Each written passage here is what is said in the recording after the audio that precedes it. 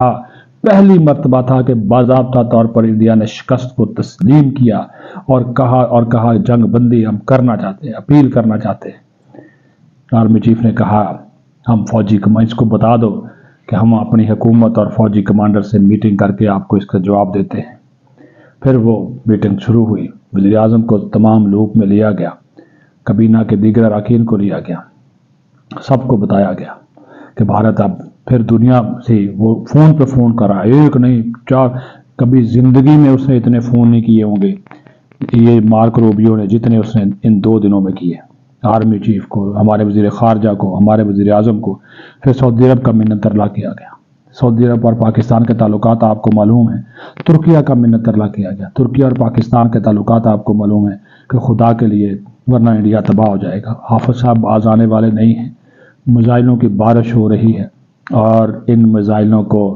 ان شہید بچوں کے نام کیا جن کو اس انڈیا نے 3 سال 5 سال 7 سال کے بچوں کے اس نے اپنی دہشت گردی کی کارروائیوں میں شہید کیا تھا۔ ہم نے جوابی کارروائی کو ان بچوں کے نام کیا، ان کو خراج عقیدت پیش کیا، چاہے وہ ارتضیٰ ہو، چاہے وہ معاویہ ہو، چاہے وہ حواوا ہو، جو بھی بچے تھے ان کی شہادت کا بدلہ ہم نے لیا انڈیا سے۔ اور اس میزائل کی گاڑی کے اوپر لکھا ان بچوں کے نام لکھے ہوئے تھے جہاں سے وہ راکٹ فائر کیے جا رہے تھے، وہ میزائل فائر کیے جا رہے تھے۔ اور آپ وہ مناظر دیکھ کر فخر محسوس کریں گے، اس پاکستانی قوم کی بہادری کو بھی داد دیجئے کہ راکٹ فائر انڈیا کی طرف ہو رہے ہیں، وہ ساتھ ایسے کر کے بیٹھے دیکھ رہے ہیں۔ آپ دیکھ لیں، فوٹیجز آئی ہوئی ہیں، ویڈیوز آئی ہیں، یہ اس قوم کا جذبہ ہے جس کو اس نے انڈیا نے للکارا تھا۔ ہوا نکل گئی،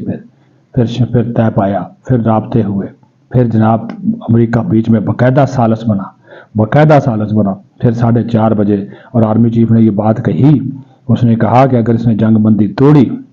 اس نے خلاف ورزی کی، ہماری فوجیں بارڈر پہ موجود ہیں، ہمارے طیارے فضا میں موجود ہیں، یہ جواب جاری رہے گا، رکے گا نہیں، آپ نے گارنٹی دینی ہے۔ سعودی عرب آیا، سعودی عرب کے ذریعے منت ترلا کیا گیا، پھر حافظ صاحب نے کہا کہ چلیں ٹھیک ہے، لیکن آخری وقت تک ان کے تباہی و بربادی رقم کی جاتی رہی۔ اور میرا چیف، آپ کا چیف، ان 3-4 دنوں میں کوئی فوجی کمانڈر سویا نہیں، کسی فوجی کمانڈر نے اپنی وردی نہیں اتاری تھی، یہ بھی آپ کو بتا دوں، کسی فوجی کمانڈر نے اپنی وردی نہیں اتاری تھی ان 4-5 دنوں کے دوران۔ وہ وردی میں تھا، وردی میں سوتا تھا تھوڑی دیر کے لیے، پھر آ جاتے تھے۔ یہ اس ملک کے دفاع، آپ اپنی فوج کو کم تر مت سمجھے، یقین مانیے، یہ میں حقیقت بات بتا رہا ہوں۔ اس فوج نے آپ کا مان رکھا ہے اور اسی وجہ سے آج اتوار کو پوری قوم اظہار تشکر کر رہی ہے، یوم تشکر منا رہی ہے، اپنی فوج کے نعرے لگا رہی ہے، ان کے اوپر پھول برسا رہی ہے۔ یہ چھوڑ دیں یوتھیوں شوتھیوں کو، ان کی مایوسی کا اپنا عالم ہے، ان کا تو لیول ہی کچھ اور ہے، اس کی بات مت کریں۔ لیکن اس پوری قوم کو یکجا کیا اس فوج نے، بہت دکھا دیا، اور اس فوج نے دکھا دیا کہ ہم کیا کر سکتے ہیں۔ پوری دنیا کو پہلی مرتبہ پتہ چلا، ٹیلی گراف سے لے کر CNN، BBC، فائنینشل ٹائم، جتنے بڑے عالمی ادارے، کنگ آف سکائز فضائیہ کو قرار دیا، اور پاکستانی فوج کو آئرن فوج، آئرن، اور اس آپریشن کا نام ہی بنیان مرصوص تھا، آہنی دیوار، یعنی کہ ہم نے روکنا بھی ہے، پوری قوت سے روکنا ہے، اور آگے سے پھر ان کو مکے مارنے ہیں، اور وہ مارے۔ صفحہ ماتم بچھی ہے انڈیا میں، ان کی تباہی و بربادی ان کا میڈیا بیان کر رہا ہے۔ وہ کہتے بات نہیں کریں گے، ویسے ہی جنگ بندی کل تک ہے، کل 12-1 بجے تک، یعنی کہ پیر، اگر بات چیت ہو گئی دونوں کے درمیان شروع، اور کسی تیسرے مقام پہ ہوگی اور وہ کسی نتیجے پر پہنچ گئی تو ٹھیک ہے، ادروائز پھر پاکستان کا جواب کا حق محفوظ ہے۔ اور انشاءاللہ تعالی ہم تیار ہیں۔ کہہ رہے تھے پاکستان کے پاس اتنے میزائل ہی نہیں ہیں، اتنا اسلحہ ہی نہیں ہے، اب دنیا حیران ہے۔ وہ کہہ رہے ہیں کہ 1.5 ارب ہو یا 2 ارب ہو، اس پاکستانی قوم سے نہیں لڑا جا سکتا، اس پاکستانی فوج سے نہیں لڑا جا سکتا،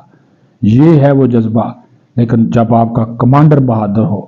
جب آپ کا سپہ سالار فیصلہ سازی میں طاقت رکھتا ہو، اور جب اس کا یہ آخری پیغام پہنچا تھا کہ اب تمہارے معاشی اہداف نہیں بچیں گے، اور پھر جب یہ پیغام پہنچا تھا کہ نیشنل کمانڈ اتھارٹی کی میٹنگ ہونے جا رہی ہے اور ہم اپنے ایٹمی ہتھیاروں کو استعمال کرنے کی اجازت دینے جا رہے ہیں، اس کا بٹن دبانے جا رہے ہیں، ساری دنیا پھر اب پاؤں پہ آ گئی تھی۔ خدا کے لیے یہ مت کیجیے گا، یہ مت کیجیے گا۔ تو یہ وہ کہانی ہے، یہ وہ داستان ہے، یہ وہ حقیقت پر مبنی واقعہ ہے۔ پھر جیسے یہ جنگ بندی ہوئی، نوافل ادا کیے گئے، فوجی کمانڈرز کے نعرے لگے، پوری قوم اپنی ٹینکوں پہ اپنے فوجیوں کے ساتھ چڑھ گئی، توپ خانے پہ چڑھ گئی، فضائیہ کے ہیڈ کوارٹرز میں جشن، جی ایچ کیو میں جشن، آئی ایس آئی کے ہیڈ کوارٹر میں جشن، کیونکہ ہم نے ان کے وہ ٹارگٹ کیے جہاں سے یہ ہمارے خلاف دشمن تیار کر کے بیچتے تھے۔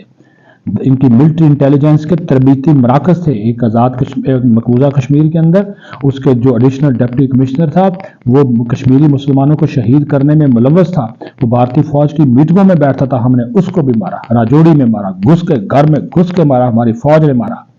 یہ بھی آپ کو بتا دوں، 150-200 چیک پوسٹ تباہ، بٹالین، بریگیڈ، ہیڈ کوارٹرز نیست و نابود کر دیے گئے۔ کہاں کی کہانیاں سنائیں، یہ ہماری فوج نے کیا۔ یہ اس پہ فخر کریں، یقین مانیں، یہ نہ ہوتے تو یہ انڈیا میں چھوڑتا، یہ جہاں تک کیا۔ پھر ان کے جناب جو معاشی اہداف، اس کے بعد جب ان کو پتا چلا کہ ہماری ہر چیز ان کے سسٹم میں ہم نے لاگ کر دیے، مواصلاتی، فوجی، انفارمیشن ٹیکنالوجیز پہ بڑا ناز تھا، سب جام کر دیا۔ آفرین ہے ہماری سائبر فورس کو، آفرین ہے فضائیہ کو، آفرین ہے بہادر جوانوں کو، سپہ سالار کو، کمانڈرز کو، سب کو سلوٹ، پوری قوم کا سلوٹ، میرا سلوٹ۔ یہ اس قابل ہے کہ ان کو سلوٹ کیا جائے۔ تو یہ وہ میں نے آپ کے گفتگو کے دوران جو مجھے بتایا گیا، جو میں نے بریفنگ دی، وہ میں نے آپ کے ساتھ شیئر کر لی، کہ یہ فخر والی بات ہے، یہ فخر والی بات ہے، اس کو بھولیے مت۔ اپنے پاکستانی ہونے پہ فخر کیجئے، اپنے مسلمان ہونے پہ فخر کیجئے، اپنی افواج پہ فخر کیجئے۔ افواج پاکستان زندہ باد، پاکستان پائندہ باد۔